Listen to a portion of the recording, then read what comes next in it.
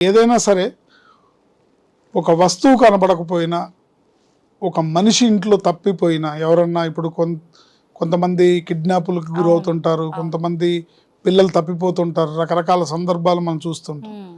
ఒకవేళ మన ఇంట్లోంచి ఒక మనిషి వెళ్ళిపోయినా ఈ మంత్రాన్ని చదువుతూ గనక మన ఆ వ్యక్తి కోసం మనం వెతుకుతున్నా, ఆ వస్తువు కోసం వెతుకుతున్నా తప్పకుండా దొరుకుతుంది. నమ్మకంతో ఈ మంత్రాన్ని పఠించాలి.